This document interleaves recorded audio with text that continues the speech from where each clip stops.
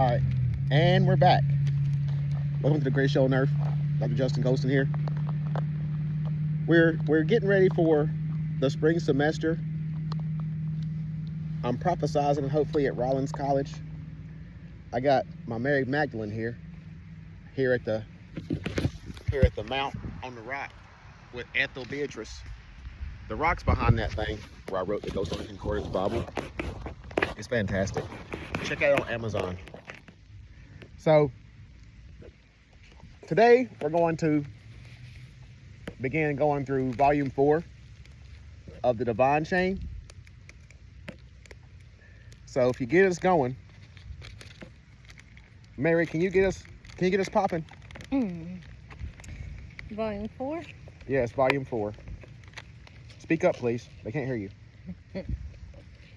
Volume 4, the Divine Chain. Volume 4, Babel. Babel. All right, so now we're going to start at chapter 31. So each volume is a progression. So chapter 1 was in volume 1, and now we're at chapter 31. So volume 4, Divine Chain, Babel. Chapter 31 was the, so part 1, From Language to Agency. Chapter 31, what's the title? Welcome to the Living Supply Chain, Genesis and the Two Arcs. What do you think that means? If you don't know, say you don't know. The beginning and the rebirth. Actually, that's good. What do you think the two arcs are? Noah's Ark Yep. and Ark of the Covenant. Yep. So people might know what Noah's Ark is, but if you're not really in the Word of God, you might not know what the Ark of the Covenant is. Do you know what the Ark of the Covenant is? Ark of the Covenant. Why don't you tell me? The Ark of the Covenant is what God wanted, actually. So he had, I forget the name of the person, I forget the name of the builder. So it's the name of the builder. Go on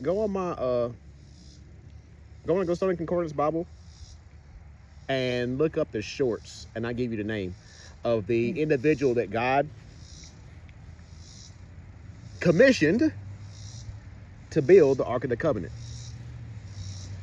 We go to shorts, and we're actually gonna play it for him because apparently I need to load myself. Let's see here. Scroll it up. Man, I put out my content. This is fantastic. Bezazzle. Tribe of Judah, to lead the craftsmanship for the tabernacle. Bezalel is filled with the Spirit of God, granting him wisdom and skill in various crafts, including working with gold, silver, bronze, stone, and wood. Oholiab from the tribe of Dan is appointed to assist Bezalel in the construction work. Both men are given the ability to teach others, forming a skilled team of artisans for the task. They are instructed to create the tent of meeting, the Ark of the Covenant, and all related furnishings following God's commands. This includes making the table, lampstand, altars, priestly garments, anointing oil, and fragrant incense. God emphasizes the importance of keeping the Sabbath, even during the tabernacle's construction. The Sabbath is declared a sign between God and the Israelites for generations to come, with severe consequences for its desecration. After giving these instructions, God presents Moses with 2 stone tablets inscribed by his own finger, as recorded in Exodus 31. God selects Bezalel from the tribe of Judah to lead the craftsmanship of the tabernacle. Bezalel was ordered or commanded or commissioned by God to build the tabernacle and the Ark of the Covenant. Now, if you look at my other videos, if you look at my other lectures, I went on that rock right over there, and the Lord gave me a vision to build a tabernacle where? In Mount Gilead. Say again? In Mount Gilead, North Carolina. Thank you very much. All right, so that's the ark. That's the 2 arcs. Next chapter. Chapter 32. The agent has entered the supply chain. What do you think that means? Are you referring to AI agent? Correct. Entering supply chain? It's interdisciplinary, so we're going to jump from theology to computer science and back again. All right, keep going. Chapter 33. No, so The agents have entered the chain. Because the supply chain is going to be on the blockchain, it's called the chain. And they're going to buy, sell, and barter. Continue. Thank you. Keep the chickens clucking, Lord. Keep them clucking. They're clucking too. Chapter 33. Know your agent. Identify before autonomy. Identity before autonomy. Yep. So if you look up, if you go on Google Scholar, if you go on Field Archive, keep them clucking. If you go on Field Archive, look up Tomer Jordy Schaefer. That's my little Anakin. He's at McGill Law, teaching at McGill Law. He's focused on AI ethics. Tell him everything I knew. I took him with me to Dubai, and within 2 hours, Jordy comes to me and says, "How do I know more than these people?" I said, "First of all, because you're my Anakin. No Diddy. Second of all, these people are grifters. They're money grabbers. They're just there to get the bag and get out. Same thing with the people with AI. I just got hit up by a guy from Pakistan today, talking about using his AI tool is actually pretty good. Where he has an AI tool to get speakers gigs. I think it's capped, but I think I might build it. I'm gonna put it in the transcript, so I will build it. We'll put it in volume 6 next. Chapter 34. The agent hierarchy. PMAI. The project management organization. All right, stop. So really quick, PMAI, project management. So that's project management for artificial intelligence, or artificial intelligence for project management. I'm blocked globally. Jesus Christ. Claim content found, blocked globally. All right, so because I put Rage Against the Machine on my preview, I got blocked globally, so I have to redo the preview. That's crazy. That's insane. Anyway, you see me got blocked in real time. That's AI for you. I'm actually going to appeal that because I'm doing a reaction video. I think that's fair. So we're gonna holler at them. All right, so PMAI, I did a presentation. So if you look at this volume, you'll see the citation where I did a presentation at Harrisburg University on PMAI in 2021. So we've been building this because that presentation was so accurate, because I was building it on Ethereum. I was building the ERP system on Ethereum. So I was just disseminating what I was seeing on chain in 2021. The architecture wasn't there, but the results, the findings were there in 2021. All right, so PMAI, project management organization. So in a previous lecture, I talked about project management organizations where the traditional project management offices are within one organization. A project management organization is going to be on the chain, and it's going to be governing everyone within that chain. Now, within that PMO on chain, you're going to have the regulations and the requirements for each jurisdiction. So it's going to be jurisdiction based. And yep, how about jurisdiction nodes? That's what I just talked about. SIGTech Greeks.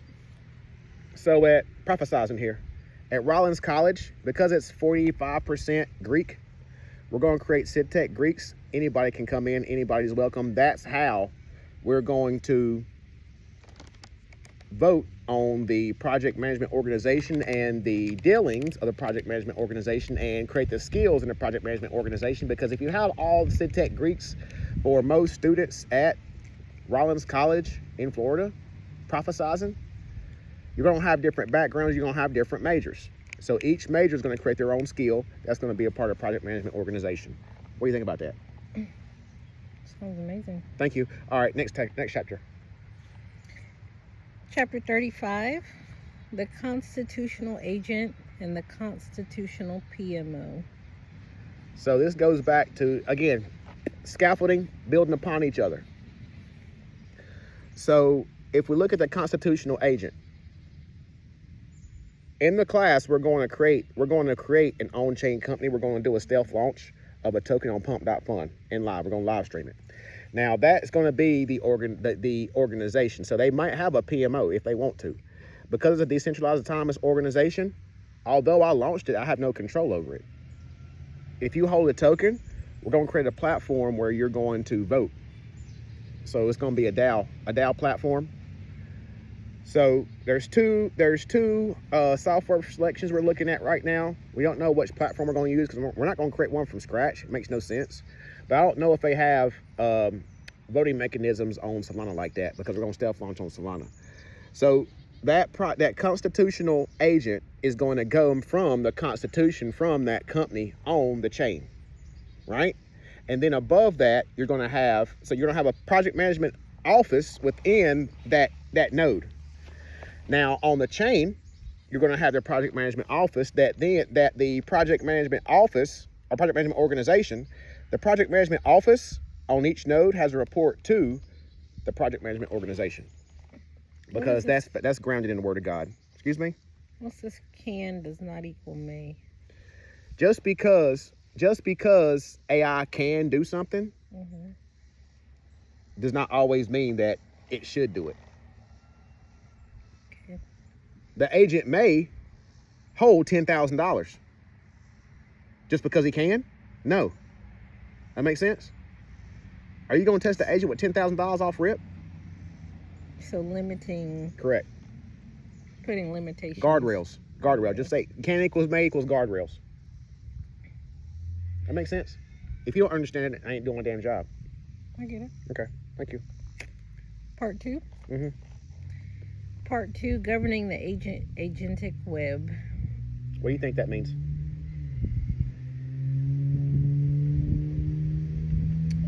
Rules and regulation. Yes. Welcome to Web 4. Chapter, please. Chapter 36, ethos, decentralized governance of autonomous AI agents, PMOs, and institutional nodes. So for the chapter of ethos, Tom Jordy Schaefer and I wrote that paper with Gamach Data 1.